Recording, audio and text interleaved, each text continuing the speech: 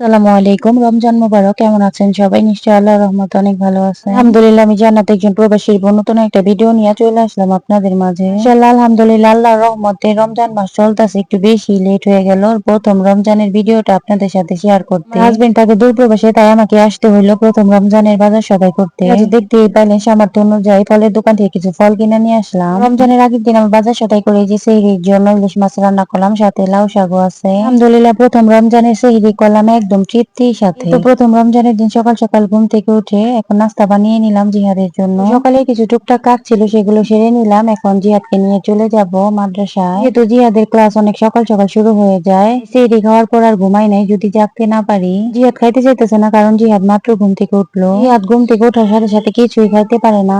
তবু আমি চেষ্টা করতেছি ওকে যতটুকু খাওয়ানো যায়। এবারে রমজান মাসটা আমার খুবই ব্যস্ততার মধ্যে কাটবে, কারণ ছেলেকে নিয়ে মাদ্রাসায় গিয়ে বসে থাকতে হবে। আমার মেয়ে জিমিয়া ও হাত মুখ ধুয়ে আসলো, ওর কোচিং আছে, ওকে কোচিং এ পাঠাবো। আলহামদুলিল্লাহ আজকে প্রথম রোজা, আর এই প্রথম রোজার দিনটা আমার খুবই ব্যস্ততার মধ্যে দিয়ে কাটলো। মাদ্রাসা থেকে আসার সময় মুরগি কিনে নিয়ে আসলাম, সেগুলো কেটে বেছে রাখতে রাখতে আমার অনেকটাই সময় চলে গেছে। রান্না বান্না সংসারে বাকি কাজকর্ম করতে করতে দিনটা যে কিভাবে চলে গেল টেরই পাইলাম না। রমজান মাস বলে কথা, আল্লাহর ইবাদত করতে হবে আগের তুলনায় একটু বেশি বেশি। মিলে এইভাবে আলহামদুলিল্লাহ দিনটা কিভাবে যে কেটে গেল, এখন তাড়াহুড়া করে ইফতার তৈরি করে নিচ্ছি। তাহলে খুব একটা ভাজা পোড়া না খাওয়াই ভালো, তবু আজকে যেহেতু প্রথম রোজা, তো এই জন্য আলু চপ, বেগুনের চপ যতটুকু পারছি আর কি ইফতার তৈরি করছি। তো পাইতেছেন প্রথমে বড় বড় করে বেগুনি ভাজতেছি। তো আমি এখন একটু একটু করে ডায়েট করতেছি। তো আজকে প্রথম রমজান, ভাবলাম আজকে একটু ভাজা পোড়া খাবো, এরপর আর খাবো না। বেগুনি আমার খুবই পছন্দের একটা খাবার, তাই বেগুনিটা একটু বেশি করে ভেজে নিচ্ছি। এবার রমজানে বেগুনের যে পরিমাণ দাম বাড়ছে, আমাদের মতো মধ্যবিত্ত আর গরিবদের কি বেগুনি খাওয়ার কোনো সাধ্য আছে? বেগুনের দাম হলো 120 টাকা কেজি, আর সয়াবিন তেলের দাম হলো 200 টাকা কেজি। দেশ অধিকাংশ মধ্যবিত্ত ফ্যামিলির মানুষ কয়জনের সাধ্য আছে এত দাম দিয়ে কিনে খাবে? সারাদিন রোজা থাকার পর সন্ধ্যা বেলা এসব ভাজা পোড়া খাবার না খাওয়াই ভালো। ও আমরা হইলাম বাঙালি, ইফতারিতে ভাজা পোড়া না থাকলে আমাদের চলেই না। মন মানে না, তবু ইফতারিতে ভাজা পোড়া খাবারটা একটু কম খাওয়াই ভালো। ভাজা পোড়া ইফতারিতে খাওয়ার পরে খুব খারাপ লাগে, তারাবির নামাজ পড়তে অনেকটাই আলসি লাগে।